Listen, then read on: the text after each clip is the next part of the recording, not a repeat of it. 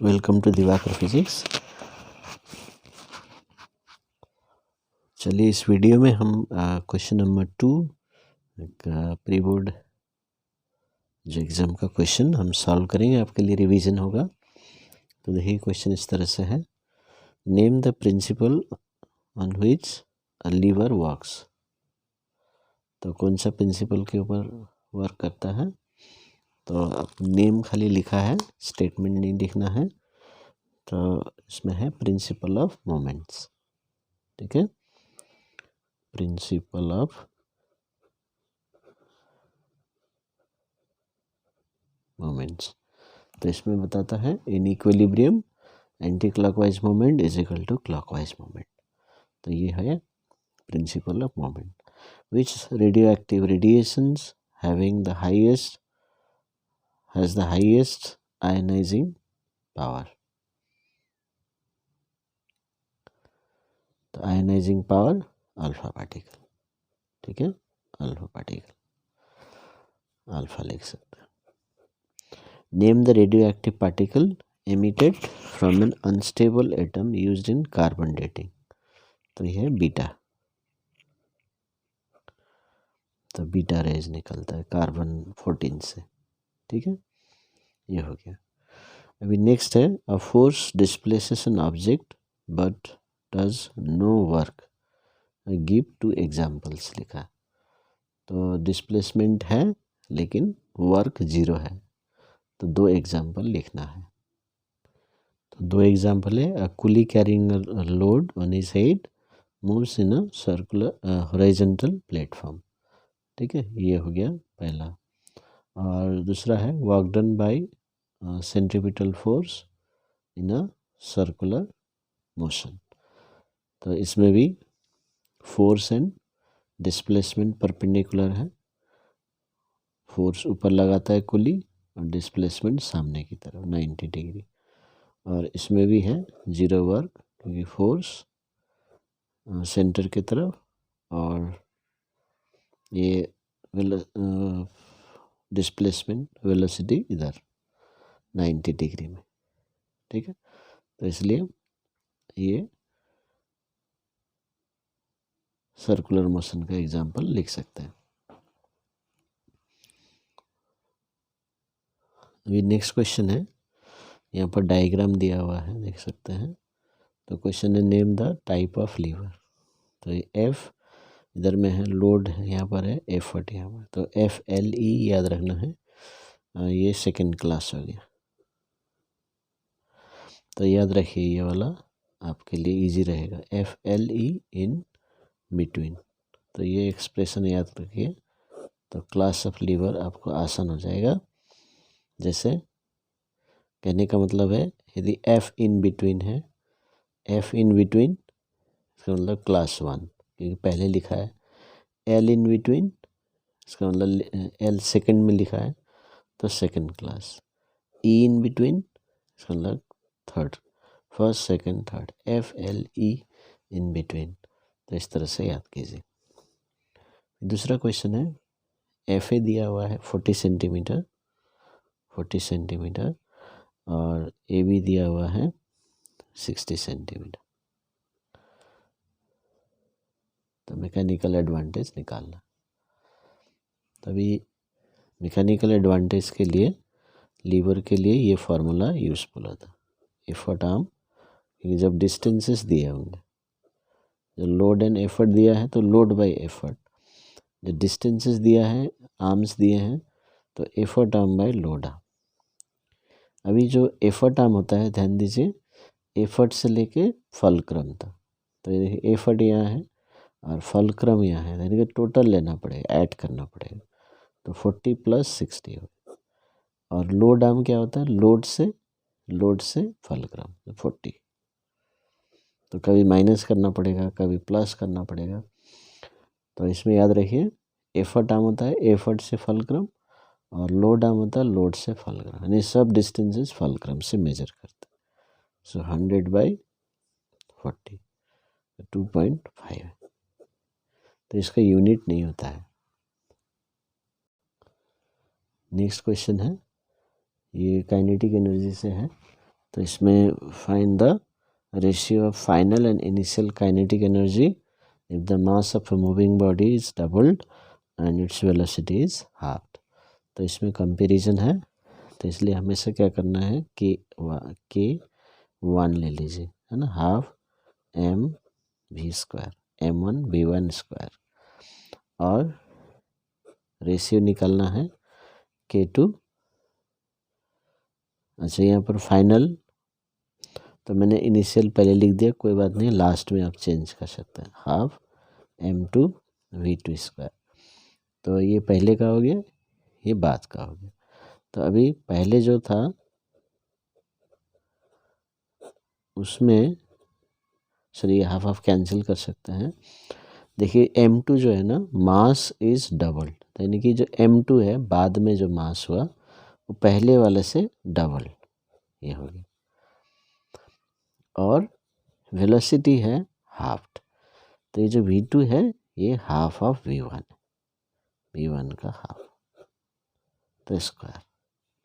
तो M2 हो गया 2M1, और बाद में वेलोसिटी, बाद का वेलोसिटी V1/2। तो इसको मैंने पुट कर दिया, तो इसलिए हमारे पास M1 V1 हो जाएगा, तो कैंसिल हो जाएगा, तो हमारा रेशियो आ जाएगा। तो यही है टेक्निक। तो अभी देखिए M1 V1 स्क्वायर, अभी ये 2M1 into V1 square by 4। अभी यहाँ कुछ बच्चे क्या करते हैं, V1 स्क्वायर बाई 2 लिख देते हैं, तो ये रॉन्ग है। तो जो वेलोसिटी है उसका होल स्क्वायर करना, डबल बोलने से 2V1 1/3 V1/3, इसका होल स्क्वायर आना चाहिए, तो ये मिस्टेक हो जाएगा, ये रॉन्ग हो गया। तो अभी देखिए ये कैंसिल कर सकते हैं, और M1 cancel, V1 square cancel, तो ये 2 ऊपर चला जाएगा, तो 2:1 हो गया।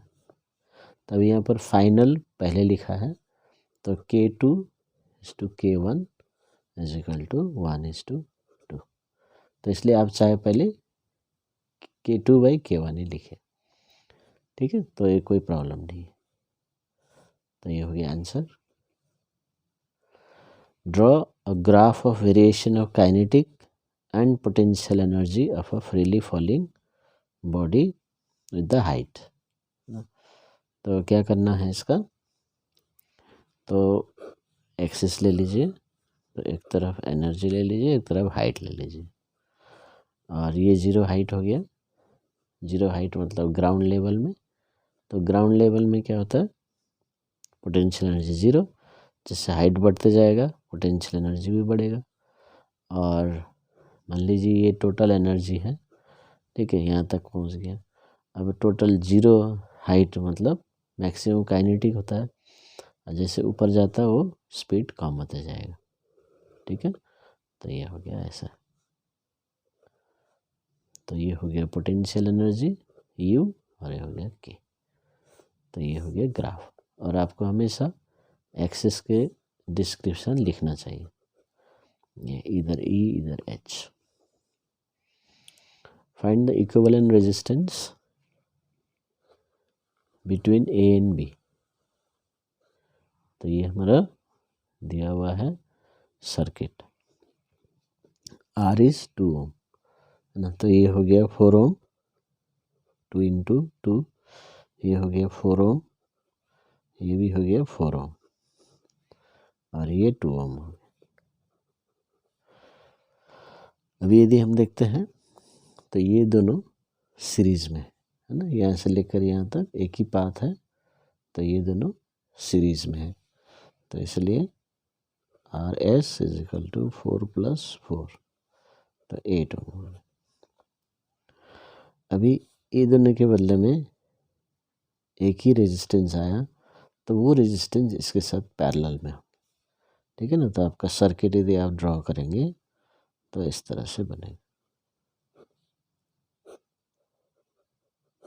ये हमने कुछ भी नहीं किया, इसको ऐसे ड्रॉ कीजिए। अभी ये दोनों का सीरीज इक्विवेलेंट 8 है, तो यहाँ पर आप ये दोनों पॉइंट के बीच में 8 ओम लगा, और यहाँ पर 4 ओम है। तो अभी हम देख सकते हैं ये दोनों 4 और 8 ये पैरेलल में, ये तीनों सीरीज नहीं ले सकते, ठीक है, क्योंकि यहाँ पर एक्स्ट्रा पाथ दिया है। तो ये दोनों पैरेलल में, तो 1/RP इक्वल्स टू 1/4 प्लस 1/8। तो एलसीएम 8, 2 प्लस 1, तो 3/8 है। तभी कुछ बच्चे क्या कर लेते हैं, इसी को रेजिस्टेंस मान लेते हैं। तो ये एक्चुअली 1/RP है, तो RP हो जाएगा 8/3, ठीक है। तो अभी हमारे पास ये दोनों को भी सॉल्व कर लिया, तो हमारे पास अभी नया सर्किट हो जाएगा ये। तो ये 2 ओम, ये दोनों मिला के 8/3 ओम, और ये 2 ओम है ही, इसको कुछ नहीं किया। अभी देखिए एक ही पाथ में आ गए, तो इसलिए फाइनल रेजिस्टेंस हो गया 2 प्लस 8/3 प्लस 2। इसको आप सॉल्व कर दीजिए, चाहे तो यहाँ भी सॉल्व कर सकते थे। तो 4 प्लस 8/3, तो 20/3 आ जा रहा है। तो ये 6.67 ओम। तो ये हो गया आंसर। अभी तो एक बार फिर से देख लीजिए, तो ये दोनों सीरीज, फिर इसके साथ ये पैरेलल, फिर इसके साथ तीनों series. Name the waves used for echo depth sounding. तो ये हो गया अल्ट्रासाउंड, अल्ट्रा साउंड भी लिख सकते हैं, अल्ट्रा सोनिक साउंड भी लिख सकते हैं, ये दोनों राइट है। How is the radiation just beyond the violet end of the visible spectrum detected. तो यहाँ लिखेंगे by observing the change in colour of silver chloride solution to brown और ब्लैक। तो आपने यहाँ पर सिल्वर क्लोराइड सोल्यूशन यूज़ किया और उसका कलर वाइट से वो ब्राउन हो जाता है, तो वो देख के पता चलता है कि अल्ट्रा वायलेट है। तो violet and violet ultra violet हो गया। इंफ्रारेड के पास रेड के पास रेड एंड के पास इंफ्रारेड होगा, ठीक है। वो हो गया ब्लैक एंड बल्ब थर्मामीटर से करना है। तो इसमें कन्फ्यूजन होता है, अच्छे से पढ़ सकते हैं।